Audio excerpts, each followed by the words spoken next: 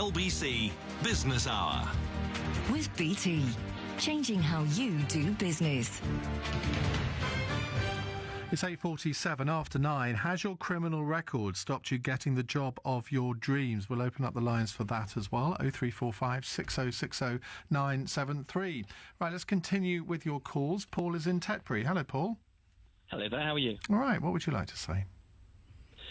So I started a business about 18 months ago, and when I first started trying to sell the idea to people, I couldn't quite get the message across, and I was being introduced to some really great people, but I kept failing when it came to a sales call. And I had just a chance conversation with a guy one day, and he asked me what I was doing, and I said, well, what I'm basically doing is I'm getting on the call, they're asking me what it does, and he said, what do you do with that? And I said, I tell them, and he said, well, that's probably your first problem. And I realised it was, because the problem is my product does so many different things to so many different people, and what I wasn't really doing is I wasn't getting to the crux of what their real problem was. And so he said, I've got this great idea. He said, I've got this thing, it's called a pain funnel, and he said it's 7 questions, and what I want you to do next time somebody asks you what your thing does, I want you to say, we'll get to that, but it can do so many things. How about I ask you a few questions first, and start asking the questions. And the first time I used it, straight after he told me, I made a sale, and it was the easiest sale I had ever made. And it's purely because... Did you give him commission? I didn't, but I gave him a big hug. I actually passed his office on the way back, and I had to get out the car, park it, and go in. And I gave him a hug. I said, that is amazing.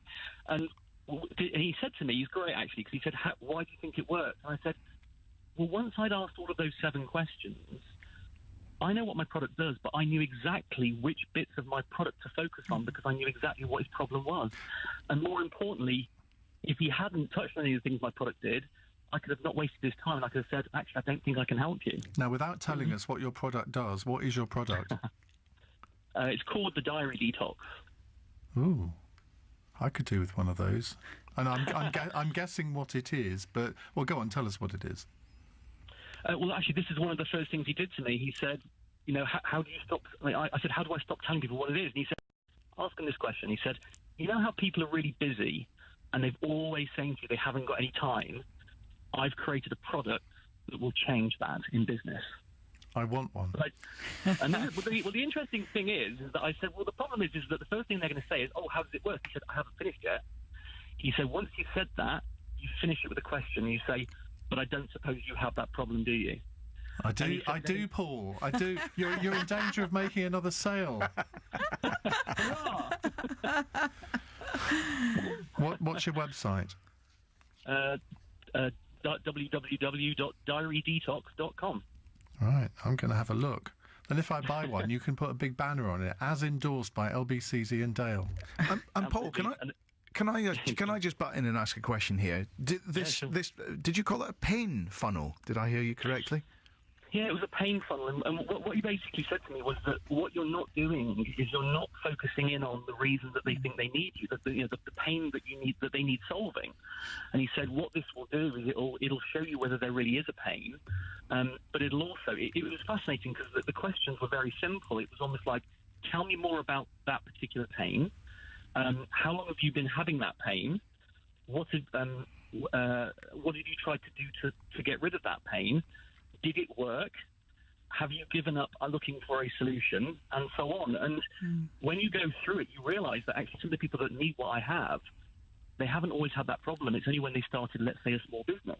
And actually they never used to have. And it was fascinating because I thought, well, actually, I can now see why some of my, I wouldn't say competitors because nobody really does what I do, but I can see now why other products that they might be tempted to use won't work for them because they've told me about all the other things they've tried and why they didn't work. And short answer, do you think that's an approach that would work for any business or just specifically for yours?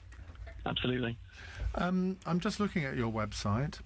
Is this person in all the pictures you? Wearing a red jumper? Yeah. Yeah. Change them. The reason I like to be direct, The trouble is, it looks as if it's a bit of a one-trick pony. You need lots and lots of different people's pictures, not just you. I'm not saying that you're ugly or anything, because you're not. And I'm not saying that I don't like your orange jumper. But that is my bit of advice to you, which I'm sure you'll take home and ignore. Do you know what? I know I'll happily take it, because the funny thing is that most people are going to listen to this now and go, I'm going to go and see what these pictures are. Yeah, exactly. Coming to my website like never before.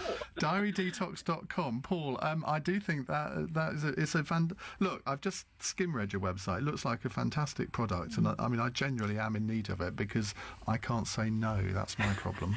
Can I add in as well, because what Paul's just said there is just the hole that everybody falls into in sales.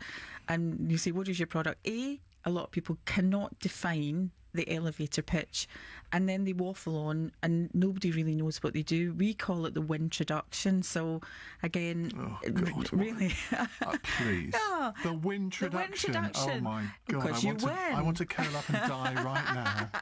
But what happens is people ultimately only care about themselves. So the fact that Paul's now started to ask some questions about you and your time and all the things about you, that's what piques the interest.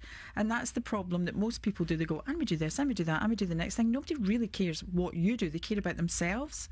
And again, we call them, the killer questions. So really getting to understand what the customer wants. And I think that's one of the fundamental things that people do wrong in sales, is they talk about themselves. We've only got 6 minutes left, but I'm going to challenge people to text in worse words than wintroduction. I don't think we'll find one.